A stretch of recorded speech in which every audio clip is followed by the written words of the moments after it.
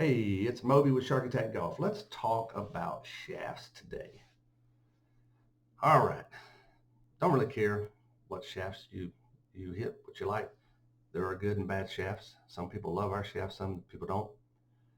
Interesting story though of shafts is that we almost didn't make a shaft. Matter of fact, the person, no names, who decided to make life hard for me to sell shafts also helped push me into making world-class chefs. And shout out to a nameless individual who will remain that way for calling my stuff, what do you call it? Low technology at one point. So I think low technology doesn't end up in the bag of Jack Nicklaus at the Masters. So we got that going for us. But I'm going to digress a little bit here. All right. So didn't have our own shafts.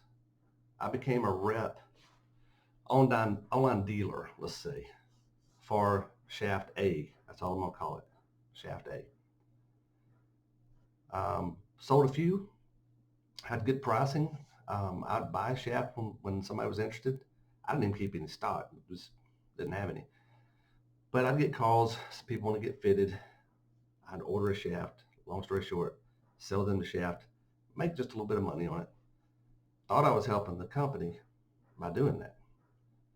However, a person got involved in that side of the business, and as we touched on in an early video, what makes you think you can do this? Well, what makes me think I can do it is I'm already doing it. But they decided to get their little fingers involved and require, I'm assuming just me, it may have been all the retailers or distributors, but I'm pretty sure it's pointed at me. You can no longer buy one shaft. You got to order 12 shafts minimum when you make an order with our company. That was the decision. I tried to contact, argue about it. Nope, that's the way it's going to be. So, since I couldn't afford to order 12 shafts, I decided to make my own bloody shaft. And I did. The first shaft was called the Kraken. I want to say we had 4 of those made. There's one over my shoulder here behind me on that rack. It might be the only one left, honestly. A great shaft. We could not afford to make it at the time because of the minimums, etc. So we just could put it on the back burner for a little while.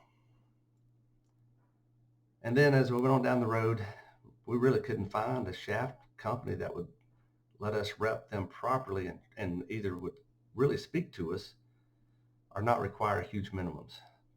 Long story short, saved our dimes and our nickels, created our own shaft called the Reaper. Back in the day, shafts were heavy. Shafts were really stiff. All your long drive guys were hitting, 270 to 300 CPM shafts. I've got some in the garage still that are 315 from Black Ops. Anybody remember those? Yeah. Anyway, so we started with that, and they were pretty good. The shafts performed pretty well, but everybody started chasing lighter and whippier shafts, and so we did the same. We went from 3X, 4X shafts to 2 and 3.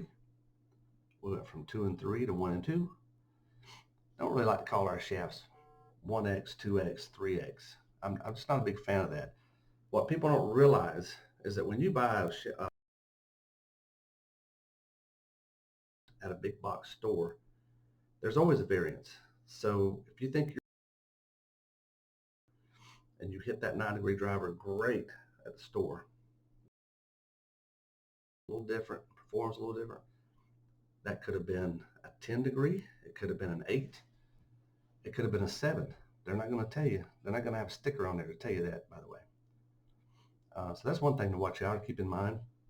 Also, shafts, instead of concentrating on the flex, everybody, all ego and macho wants to hit, stiff, X stiff, whatever it used to be. Don't care. Same way with the labeling of the shafts. We get shafts in all the time with trade work on extra stiff, 2X, 3X. You get a 3X, it feels like a senior. You'll get one that's labeled regular flex, and it actually feels like a 3X. So that's that's the point on shafts and clubs you need to keep in mind. There are variances. All right, so now we find ourselves down the road. We went from the Reaper line, which was super stiff, to an improved Reaper line, which is just low torque. We'll find the fairway, find the grid, a little heavier. When I say heavier, we're talking 60 something grams, not heavy. Then we made the tattoo shafts to chase all that whip. Tattoo shafts, a little higher torque, a lot more whip. We've got them that'll feel like a Super Senior Flex. The Cherry Bomb is that. The Violet is the one that Jack Nicklaus has in his bag. You know, all these tattoos, they're fast. They're built for speed. They're in the 50s on the grams. So whether you're looking for speed, ultimate uh, hang in the air, or you want something that's going to dial in and be low spinning, our Buttercup Reaper is the lowest spinning shaft we've ever made. Just hit us up if you have any questions. Be glad to talk to you about shafts further. Also, be aware of OE. I don't like to call it OEM. Let's just say any brand shaft that's in a store-bought club that says powered by, made for Nike Golf, whatever it is. That's not going to be the real version of that high-end shaft that you think it is. So be aware of that and really pay attention to what you're. I find nothing wrong with being custom fitted for clubs as long as you walk out the door with the same version that you're hitting. So anyway, just words for thought. That's our thoughts on shafts for the day. Thanks to everybody who has bought our shafts, who has tested our shafts, and you haven't seen anything yet, I can promise you that. Pay attention for 2024. Code name Area 51. Watch out.